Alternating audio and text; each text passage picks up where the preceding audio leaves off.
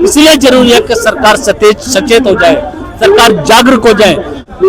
नौकरियां देंगे 2 करोड़, कहते हो पकोड़े बेच लो, पकोड़े बेचोगे तो तेल पे जीएसटी है। देश के युवाओं को जब तक मौका नहीं मिलेगा आगे बढ़ने का, तब तक ये देश समृद्ध नहीं होगा। पार्टी के खिलाफ आंदोलन कौन करता था? भारतीय जनता पार्टी। अगर मोदी जी का जो 75वां जन्मदिन जो आने वाला है, उसके ऊपर क्या बोलोगे? देखिए, कल माननीय प्रधानमंत्री श्रीमान नरेंद्र मोदी जी का 75वां जन्मदिन है, तो मैं माननीय प्रधानमंत्री श्रीमान नरेंद्र मोदी जी को उनके जन्म दिवस की अग्रिम शुभकामनाएं देता हूं और ये विश्वास रखता हूं कि कल रात का जो आधी रात होगी 12 बजे माननीय प्रधानमंत्री जी अपने पद से इस्तीफा दे देंगे, प्रधानमंत्री के पद से, और किसी युवा को देश का प्रधानमंत्री के रूप में नेतृत्व करने का मौका देंगे, क्योंकि ऐसी परंपरा चली आ रही है। तो 75 के लाल कृष्ण आडवाणी जी हैं, मुरली मोहन जोशी जी हैं, सभी लोगों को मार्गदर्शक मंडल में बैठा दिया गया। तो ये नियम क्या भारतीय जनता पार्टी का जो आंतरिक संविधान है उसको देखते हुए उनके ऊपर लागू नहीं होता। हालांकि इस बात को हम जानते हैं कि भारतीय जनता पार्टी को जो चुनाव जिताने वाला संगठन है, जिसका नाम है राष्ट्रीय स्वयंसेवक संघ RSS, उसने भारतीय जनता पार्टी के ऊपर दबाव बनाकर अपना संघ का उपराष्ट्रपति भारतीय जनता पार्टी से संख्या बल के आधार पर चुनवा लिया और उनका नामांकन हुआ, प्रक्रिया हुई, चुनाव हुए और वो जीत गए। आज वो भारत के उपराष्ट्रपति हैं। तब उनके बारे में कोई टिप्पणी भी करना गलत है, क्योंकि वो महामहिम बन चुके हैं। आम जनता तो यह, चूंकि आज वो महामहिम बन चुके हैं, लेकिन हम देश के नागरिक हैं। भारत की 140 करोड़ जनता को देश का उपराष्ट्रपति चाहिए, किसी पार्टी या संगठन का प्रवक्ता या कार्यकर्ता नहीं चाहिए। जो उपराष्ट्रपति की संवैधानिक दायित्व होते हैं, अधिकार होते हैं, जनता के हित में जो कार्य करने के लिए उनको सूचीबद्ध किया गया है संविधान के अंतर्गत, वो कार्य उनको करने चाहिए। मैं बार बार बोल रहा हूँ, हर चैनल पर बोल रहा हूँ, आगे भी बोलूंगा कि भारत की 140 करोड़ जनता को देश में एक उपराष्ट्रपति चाहिए, किसी पार्टी का या किसी संगठन का कार्यकर्ता नहीं चाहिए। आम जनता तो यह भी कहती है, जब कांग्रेस की सरकार थी, मनमोहन सिंह जब 83 साल की उम्र में प्रधानमंत्री रह सकते हैं, तो मोदी तो अभी 75 का ही हुआ है। उनको 100 साल तक रख लो, उनको 100 साल तक रख लो। अगर आपको लगता है कि पुराने लोग गलत काम करते रहे और हम भी गलती करेंगे, तो फिर उनमें और आप में फर्क क्या रह गया?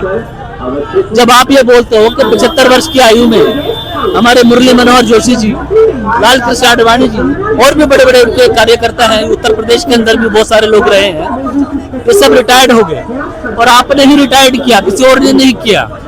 उनको मार्गदर्शक मंडल में बैठा दिया। अगर कांग्रेस पार्टी की मान लीजिए कोई गलत विचारधारा थी, उसका समर्थन नहीं करता कि किसी व्यक्ति को 80 साल तक 100 साल तक ही प्रधानमंत्री बना के रखना है जब तक उसकी आयु जीवित है। ऐसा नहीं है। देश के युवाओं को जब तक मौका नहीं मिलेगा आगे बढ़ने का, तब तक ये देश समृद्ध नहीं होगा। देश की राजनीति आज का युवा समझता है।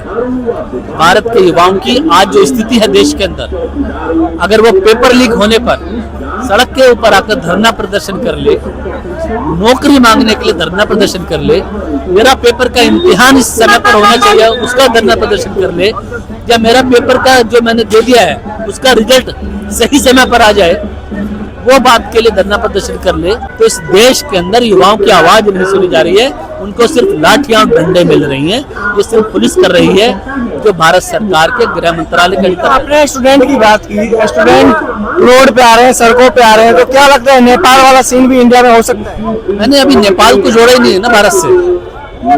नेपाल हमारा मैत्री देश है, नेपाल हमारा एक दोस्त है, एक हमारा सहयोगी है, हमारा पड़ोसी देश है। तो भारत के अंदर जब हम रहते हैं, मान लीजिए आपके घर के पड़ोस में एक घर रहता है, उस घर के अंदर कोई घटना घटती है, कोई बच्चा शराब पीता है, मैं उदाहरण देकर समझा रहा हूँ आपको। आपका घर है, आपका पड़ोसी का घर है, और आपके दूसरे साथ में भी एक पड़ोसी का घर है। वहां पे एक बच्चा शराब पीता है, एक बच्चा जुआ खेलता है। अब आपके पिताजी को या आपके बड़े बुजुर्गों को पता लगता है कि ये समाज के अंदर गलत चीजें हो रही है, तो आपका फर्ज होता है उनको समझाने का कि बेटा ये काम गलत है, आप सही दिशा में आइए। तो मैंने उदाहरण इसलिए प्रस्तुत किया, हालांकि शराब से जुए से संबंधित नहीं है, कि संबंधित है कि जब भी किसी देश के अंदर भ्रष्टाचार पनपता है, जब भी किसी देश के अंदर महंगाई, बेरोजगारी, शिक्षा, चिकित्सा की व्यवस्था पूर्ण रूप से नहीं होती है, जब भी किसी देश के अंदर महिला सुरक्षा के ऊपर कार्य नहीं किया जाता है, धरना प्रदर्शन आंदोलन करने पर आंदोलनकारियों को जेल में डालने के लिए नए नए कानून बनाने की प्रक्रिया की जाती है।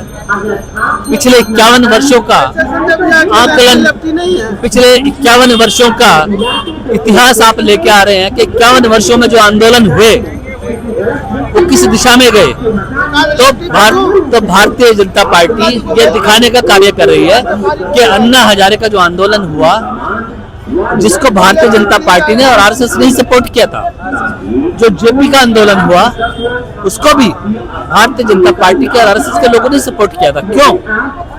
क्योंकि जब कांग्रेस पार्टी देश के अंदर सत्ता में थी, तब कांग्रेस पार्टी के खिलाफ आंदोलन कौन करता था? भारतीय जनता पार्टी। तो जब भारतीय जनता पार्टी आंदोलन करे तो सब कुछ सही है, और दूसरे लोग आंदोलन करे तो उनके नाक में नकेल डालने का प्रयास करो और उनके लिए नए नए कानून बना कर लेके आओ।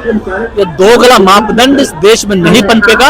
और इसीलिए मैं बोलता हूँ, मैंने बहुत सारे चैनल पर बोला, पिछले 8 दिन से बोल रहा हूँ कि जिस तरह से राजनीतिक असंतोष नेपाल की जनता के भीतर अपने देश के शासकों के ऊपर, अपने देश की राज्य व्यवस्था के ऊपर था, ऐसा ही राजनीतिक असंतोष भारत देश के अंदर ना पनपे।